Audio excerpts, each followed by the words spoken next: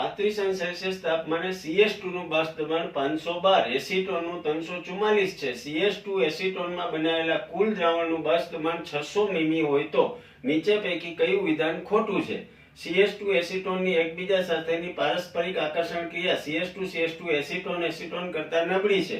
335°C તાપમાને દ્રાવણ બને ત્યારે ઉષ્મા શોષાય છે. રાઉલ્ટના નિયમનું પાલન થતું નથી.